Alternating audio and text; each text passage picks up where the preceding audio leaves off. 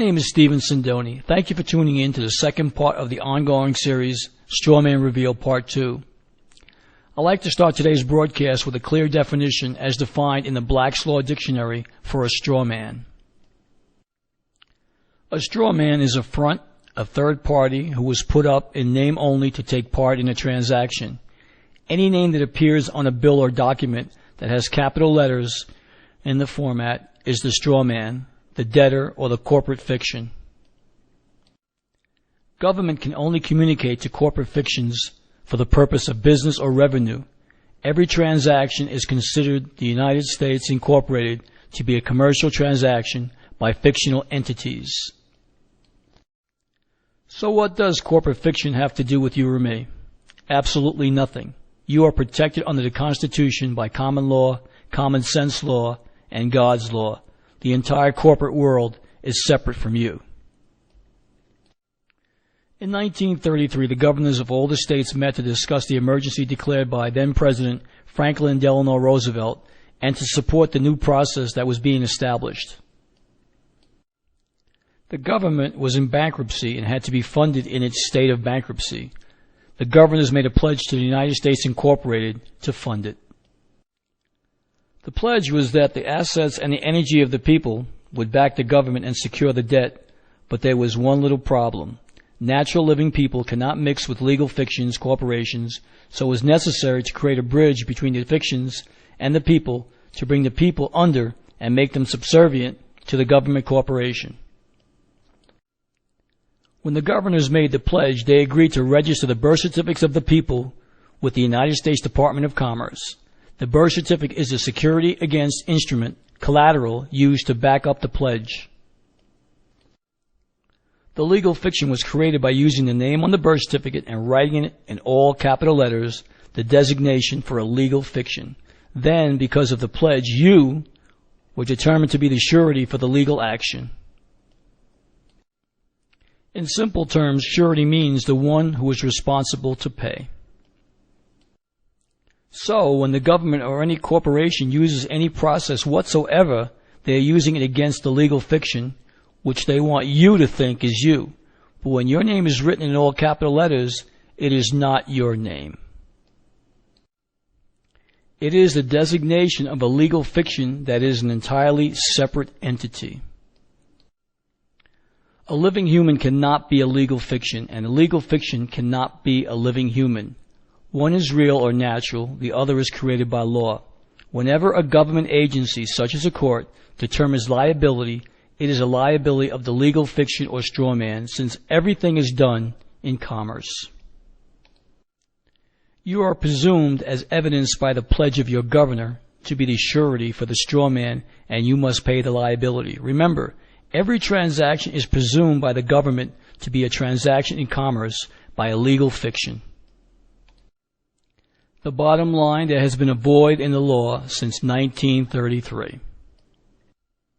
which was a direct result of all the gold and silver coinage being removed from circulation by presidential edict and legislative fiat beginning in 1933 and aided and abetted by a series of legislative enactments culminating in 1976 or 1977. The states could not function as de jure states of the United States because they could not lawfully collect taxes. They were insolvent.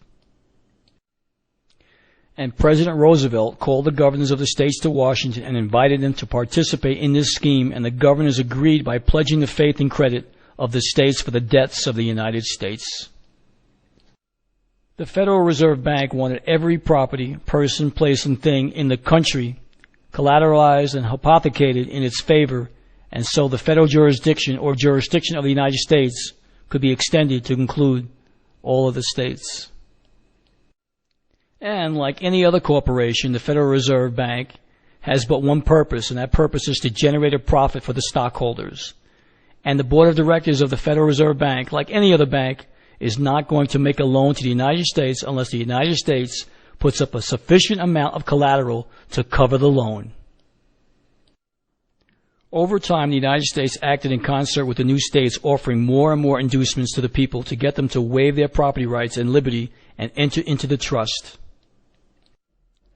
Once a man was induced to accept the trust benefit, the legislature had him hooked into the jurisdiction of the resulting trust, which equates within the jurisdiction of the United States with the meaning of the 14th Amendment.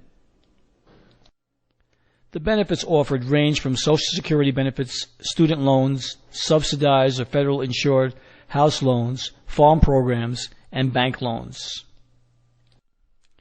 And once the real flesh and blood man actually accepted trust benefits, the law requires that the trustee of the resulting trust hold a legal title of the man's property in common with everyone else's property in trust for the benefit of all the beneficiaries, to prevent one man from unjustly enriching himself in relation to the other beneficiaries. So, since there is no money of the Republic circulating, the presumption must arise as a matter of law that everyone has donated their property to the trust of the state to be held for their own benefit and the benefit of all the other beneficiaries, or the trust state of, example, California, under federal law in that state. The Federal Reserve notes are monies of the trust account, and the persons or beneficiaries do not and can never possess legal title to the Federal Reserve notes. They can only acquire an equitable title to the trust funds or money of the trust account. In other words, the commercial persons who are beneficiaries of the resulting trust don't own their own money. They only have the use of it. When Federal Reserve notes or trust money of account is used by the commercial person or beneficiary to purchase goods and services, the person can only acquire an equitable title because the trust is already holding the legal title. There are 4 elements to the ownership of property. There is possession, use, time, and interest. You've heard the term possession is 9/10 of the law. You may have possession, use of the property, and time on the property, but you don't have the interest on the property, for you do not have the title. And without establishing the interest, some other entity or corporation owns the property. What would you call the theory of government where the government holds all the property in common for the common good and use of all? I would call it communism. Only the people can change or abolish any form of government if it becomes destructive to these ends. In closing, I would like to cite the Declaration of Independence of the 13 colonies in Congress, July 4th, 1776. When in the course of human events it becomes necessary for one people to dissolve the political bands which have connected them with one another, and to assume among the powers of the earth the separate and equal station to which the laws of nature and of nature's God entitle them, a decent respect to the opinions of mankind requires that they should declare the causes which impel them to the separation. We hold these truths to be self-evident, that all men are created equal, that they are endowed by their Creator with certain inalienable rights, that among these are life, liberty, and the pursuit of happiness.